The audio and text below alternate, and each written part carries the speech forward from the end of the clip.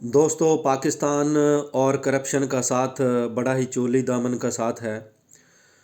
Auditor general of Pakistan की report के मुताबिक पाकिस्तान में हर साल तकरीबन 2300 अरब रुपए की जो रकम है वो खुर्द बुर्द हो जाती है।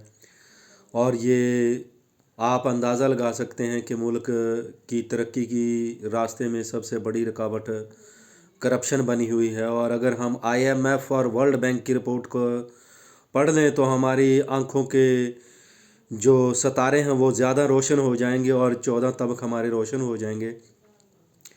IMF के मुताबिक तकरीबन 40 खरब सालाना जो है वो करप्शन हो रही है पाकिस्तान के अंदर।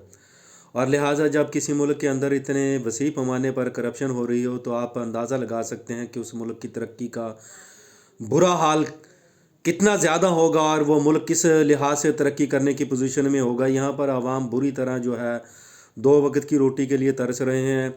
और एक बड़ा तबका जिसको हम अशराफिया के नाम से याद करते हैं वो मुल्क के बहुत ज़्यादा वसाइल पर काबज़ है और वो किसी भी सूरत ये नहीं चाहता है कि वो वसाइल का कब्ज़ा नीचे शिफ्ट करे और आम लोगों को उसका फ़ायदा पहुँचे।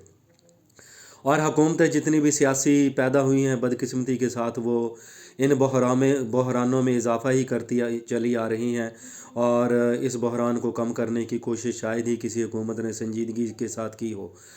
अब अगर आप मौजूदा हुकूमत का संजीदगी का अंदाज़ा लगाएं तो उन्होंने अभी तक जिसको हम कह सकते हैं कि कंट्रोलर जनरल अकाउंट्स वो अभी तक हमने नामज़द ही नहीं किया है। हालांकि उसके ज़िम्मे ये तमाम काम होता है कि वो जितनी भी पेमेंट्स हैं उसकी निगरानी करता है, खा वो सूबों को की जा रही हो पेमेंट्स मरकज़ की तरफ से या सूबाई हुकूमत अपने अखराजात कहीं पर भी प्रोजेक्ट पर खर्च कर रही हो उसकी वो निगरानी करता है। हुकूमतें ये समझती हैं कि ये कोई ख़ास काम नहीं है, लिहाजा उसकी शफाफियत को बरकरार रखना हमारे लिए जो है वो एक दर्द सर है। क्योंकि वो रिपोर्ट्स पेश होती रहती हैं और आवाम के सामने जब रिपोर्ट्स का जायज़ा पेश किया जाता है तो हुकूमतों को डिफेंड करना मुश्किल हो जाता है।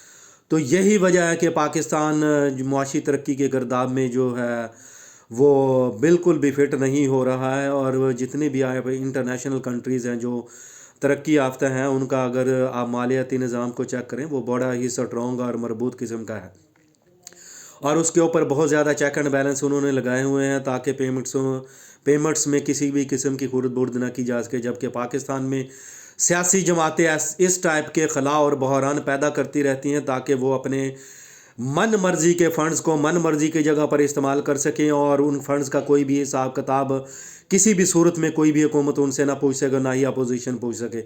यही इस मुल्क की सबसे बड़ा अलमिया रहा है और बदकिस्मती रही है।